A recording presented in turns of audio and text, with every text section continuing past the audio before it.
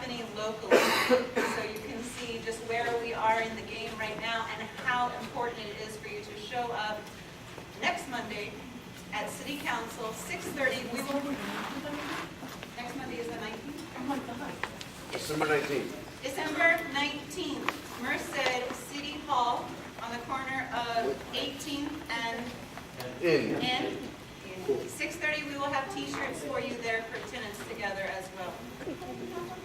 He's not only our multimedia guy, he's the Google Maps guy too.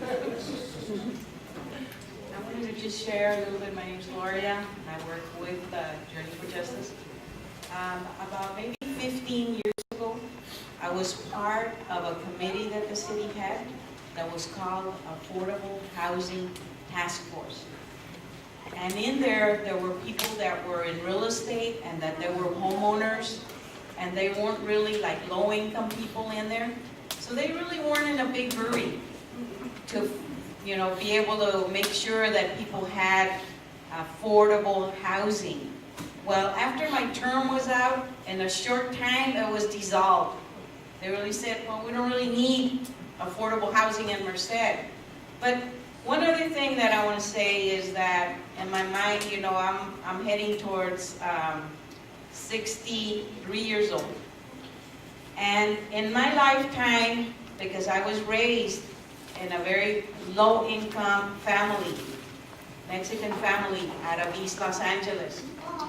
I remember the struggles of my parents. I remember being at the university and almost quitting the university because I would go home on the weekends and find that they had like 15-day notice to shut off the electricity or whatever.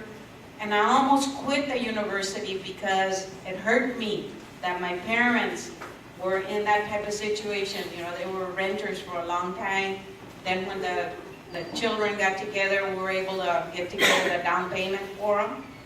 But one of the things that I've seen is that poverty, the issue of poverty, somebody's making money off of its existence. You guys follow me, what I say about that? Yeah. That means that someone is able to have a job because someone does not have a job.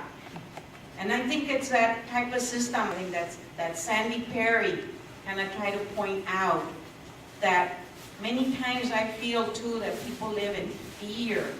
They're afraid to lose their job. They're afraid to lose their aid. They're afraid to lose maybe what they're going to lose anyways. So I think in a way we need to kind of figure out how do we confront this issue of fear and really try to find out if some of the jobs that some people have, you know, they want to be blaming people, what kind of work do they have that really is blocking being able to make sure that everybody has what they need. So that's just one thing that I wanted to share with you, and let the program go on.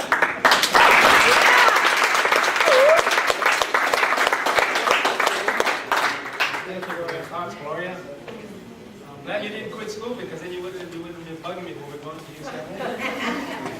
The next speaker will be, I'll have a spoken word.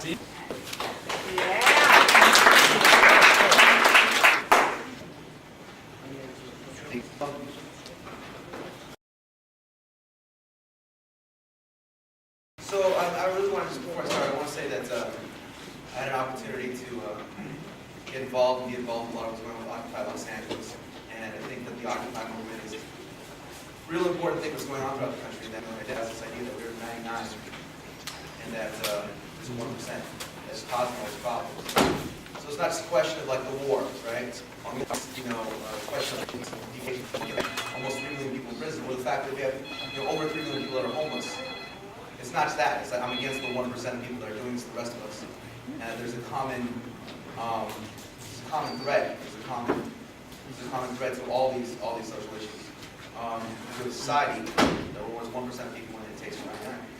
And I think that that's a fantastic development. Actually, Occupy Merced for all of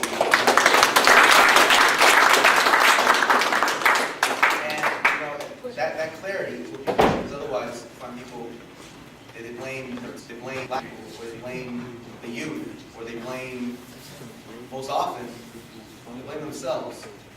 They blame themselves. And I wrote about my journey towards kind of becoming more class conscious and aware of who I was and what the economy